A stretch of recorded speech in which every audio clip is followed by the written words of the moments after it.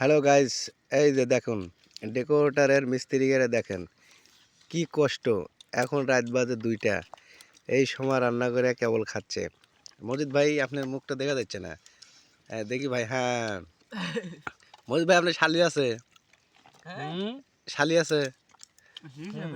আমার লাগবি। আমি আছি ভাইরা আপনি কি বানাবো? এই যে আমার দোস্ত, সেই সাপ এই যে দোস্ত, এত সাপ কে দোস্ত মুখটা ভালো দেওয়া যাচ্ছে না লাইটের কারণে। সেই সাপ হ্যাঁ, সব লোকের শান্তি আছে, ডেকোরেটর লোকের শান্তি নাই।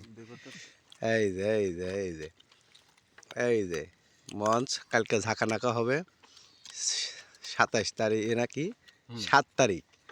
7 তারিখে ঘাই হবে, ঘাই খেলা হবে খেলা হবে, ওবায়দুল কাকার খেলা। এই যে এই যে এই যে মঞ্চটা দেখাচ্ছি, আসলে খাবার বুঝছি। এই যে মঞ্চের ভিতর সাইড দেখাই, এই দেখি একটু ফাঁক করো তো মাথা। এই যে ভিতরে খালি বাঁশ আর বাঁশ রে ভাই, এত ভাঙ্গার কোনো কায়দা নাই।